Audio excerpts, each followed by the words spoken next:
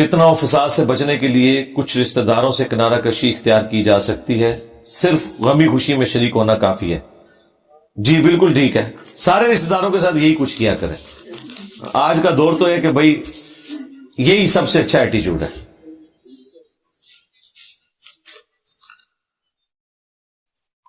شادی کرنے کی نیت سے لڑکی کو مختلف مواقع پر دیکھنا، مختلف مواقع پر دیکھنا کیا گناہ ہے؟ جی بالکل گناہ ہے۔ اور کیا ہے؟ یہ شادی جو کرنے سے پہلے جو یہ پسند والا معاملہ ہے نا، یہ آخری ایک سمجھ لیں کام ہے جو آپ نے کرنا ہے۔ پہلے آپ باقی کام کر لیں، یعنی مثلاً آپ کی جو ریکوائرمنٹ ہے کہ تعلیم اتنی ہو، خاندان یہ ہو، یہ ساری چیزیں جب کنفرم ہو جائے نا، اور صرف ایک چیز باقی رہ جائے جو دیکھنے والی ہے، اور وہ دیکھنے والے کا بھی تعلق جو ہے نا وہ شادی سے پہلے ہی ہوتا ہے، بعد میں کچھ لینا دینا نہیں چیزوں کا ہوتا۔ ہمارے دوست کہتے ہیں سال بعد تو بہن بھائی لگنا شروع ہو جاتے ہیں۔ اچھا، تو یہ اگر آپ کو کوئی زیادہ یہ اس طرح ہے نا، کوئی خناس دماغ میں آیا ہوا کہ کوئی زیادہ مسئلہ ہے، تو باقی سارے مسئلے پہلے ایڈریس کریں، اس کے بعد دیکھیں۔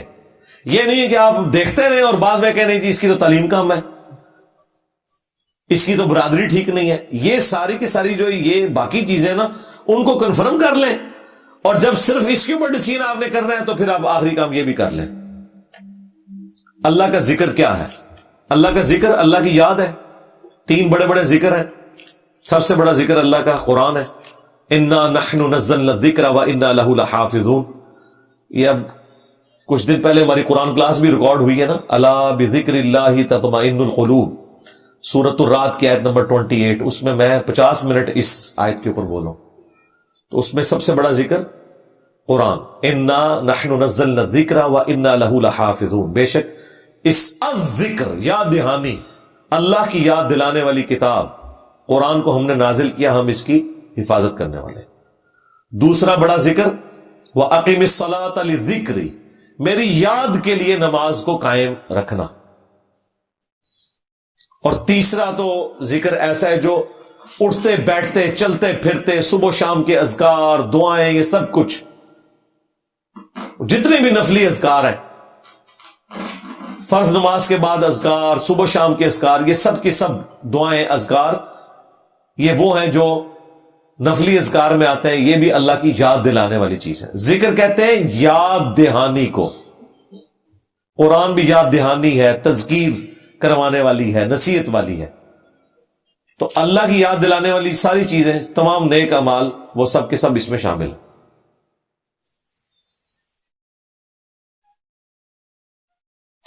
صحابہ کرام اور خلفائے راشدین نے جو حملے کیے، کیا وہ نبی اسلام کے مشن کی تکمیل کے لیے تھے؟ ڈاکٹر اسرار اور مولانا مودودی کہتے ہیں صحابہ کرام نے وہاں حملے بھی کیے جہاں رسول اللہ صلی اللہ علیہ وسلم نے خط نہیں بھیجے تھے، لیکن ڈاکٹر اسرار صاحب اور مودودی صاحب جو مسنگ لنک ہے نا، اس کو نہیں نا پکڑ رہے۔ جو ہم نے پکڑا ہے وہ یہ ہے کہ صحابہ کرام کو یہ حق پہنچتا تھا کہ وہ امن قائم کرنے کے بعد دوسرے ملکوں میں امن کو قائم کریں، لیکن جن لوگوں نے خود مسلمانوں پہ ظلم کیا، وہ اگر کافروں کے ملکوں سے ملک چھینیں گے، اس جہاد اور قتال کو ہم صحیح نہیں مانتے۔ سیدھی سی بات ہے، وہ ایک غلو والا معاملہ ہے۔ تو جو مسلمان اپنی رعایا پہ ظلم کرتے رہے، ان کو نہیں حق پہنچتا کہ وہ کہیں کہ ہم جو ہے وہ اعلاء کلمت اللہ کے لیے سارا جہاد اور قتال کر رہے ہیں۔ نہیں، ایک یہ مسنگ لنک ہے جو خلافت کی تنظیموں سے اوور لک ہوتا ہے، اور دوسرا جو سب سے بڑا لنک ہے وہ یہ ہے کہ اب تو فرقوں کی خلافت قائم ہوگی۔ اگر آپ پاکستان میں خلافت قائم کریں گے تو بریلویوں کی خلافت ہی آئے گی۔ کچھ لوگ بارات اور ولیمہ کا فنکشن اکٹھا کر لیتے ہیں، تو کیا رخصتی سے پہلے ولیمہ ہو سکتا ہے؟ خلاف سنت ہے جی، سنت جو ہے وہ رخصتی کے بعد ہی ولیمہ ہے۔ لوگ کر رہے ہیں تو وہ خود جواب دیں، ہم تو آپ کو مسئلہ بتا رہے ہیں اور لوگوں کو سمجھائیں۔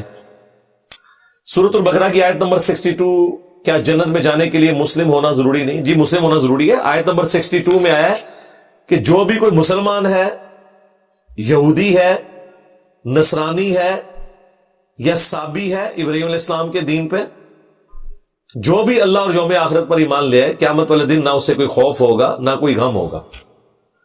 تو یہودی کون ہوتا ہے؟ جو موسیٰ علیہ السلام کو بھی مانتا ہے. پیغمبر تو نکلے نہیں بیچ میں سے. نصرانی کون ہوتا ہے؟ جو جیزس کرائسٹ کو بھی مانتا ہے. جی اپنے اپنے زمانے میں موسیٰ علیہ السلام کے ماننے والے، عیسیٰ ابن مریم کے ماننے والے، سب کے سب جنتی ہیں. ہاں جب نیکسٹ پیغمبر آتا ہے اور پرانے پیغمبر کے ماننے والے وہ نیکسٹ پیغمبر ماننے سے انکار کر دیتے ہیں، پھر وہ کافر ہو جاتے ہیں. پھر وہ یہودی، نصرانی، سابی یا مسلم نہیں رہتے ہیں، وہ کافر ہوتے ہیں. یہودی کیا مسلمان نہیں تھے؟ پیغمبر یہودی ہیں. حضرت عیسیٰ ابن مریم کون ہے؟ یہودی ہے، نسلاً یہودی ہے. رسولاً الی بنی اسرائیل، یہودی النسل ہے. ان کے ساتھی جو حواری ہیں، ان کے ماننے والے کرسچنز کہہ لے، موسیٰ علیہ السلام کے ماننے والے جوز یا یہودی، اپنے اپنے زمانے میں وہ صحابہ تھے، تابعین تھے، تبع تابعین تھے. یہودی تو اس دن کافر ہوئے جب انہوں نے عیسیٰ ابن مریم کا انکار کیا. اس سے پہلے سارے رضی اللہ عنہ اور سارے رحمت اللہ علیہ تھے. عیسائی بھی اسی دن کافر ہوئے جب انہوں نے حضرت عیسیٰ کی طرف غلط عقیدہ منسوب کیا ہے یا محمد رسول اللہ کو پیغمبر ماننے سے انکار کر دیا. تو یہ جو آپ آیت بتا رہے ہیں سورۃ البقرہ کی آیت نمبر 62، اس کے اوپر میری تفصیلی ویڈیو ریکارڈ ہے، آپ کلپ دیکھ لیں. کیا یہودی اور عیسائی بھی جنت میں جائیں گے؟ عیسائی سے مراد کرسچنز، میں کہہ رہا ہوں عیسائی نہیں، کرسچنز.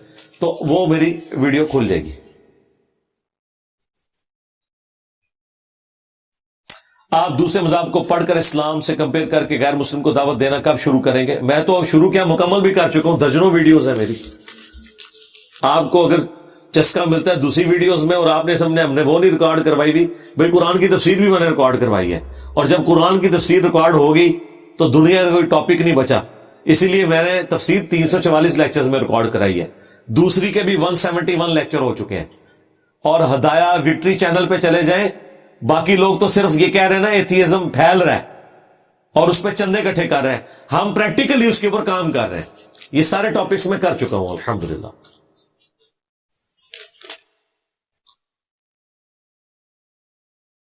دوران عمرہ اگر بھولے سے کوئی غلطی ہو جائے، کیا اس پہ دم ہوگا؟ دم لیول کی اگر غلطی ہے تو دم ہوگا. چھوٹی موٹی غلطی پہ دم نہیں ہے. آپ نے غلطی نہیں لکھی، غلطی اگر بڑی ہے تو اس پہ تو دم ہوگا، چاہے بھولے سے بھی ہوئی. مثلا کسی نے بال منڈوانے تھے اور نہیں منڈوائے، بھول گیا، تو اب جب تک وہ بال نہیں منڈوائے گا وہ احرام کی پابندیوں سے نہیں نکل سکتا. اگرچہ وہ احرام اتار بھی دے، پاکستان بھی آ جائے اور یہ بھول کے ہوا ہے، اس کا عمرہ کمپلیٹ نہیں ہوا، وہ اب اس کو دم دینا پڑے گا. حج کی ایک ایکسیپشن ہے کہ اس میں جو بخاری مسلم میں ہے کہ وہ جو 3 کام ہے نا، رمی کرنا، قربانی کرنا اور سر مونڈنا اور اس کے بعد احرام کھولنا، اس میں تقدیم اور تاخیر ہو گئی تھی اسی پریمیسز کے اندر. تو نبی علیہ السلام نے کہا لا حرج لا حرج لا حرج. وہ 3 کام ترتیب سے آگے پیچھے ہو جائیں تو لا حرج والی بات ہے، بھول چوک کے نہ پتہ ہونے کی وجہ سے وہ ایک معاملہ الگ ہے. لیکن ایک بندہ بال ہی نہیں کٹواتا اور کہتا نہیں مجھے پتہ نہیں تھا، تو عمرے کے مسائل سیکھ کے جانے تھے نا. البتہ کوئی شخص داڑھی میں ہاتھ پھیر رہا تھا، 2-3 بال ہاتھ میں آ گئے، تو اب یہ ایک چھوٹی غلطی ہے، اس کے اوپر کوئی دم وغیرہ واجب نہیں ہوگا. ہاں کوئی شیو کر دے، ناخن کاٹ لے تو اس کے اوپر دم واجب ہو جائے گا.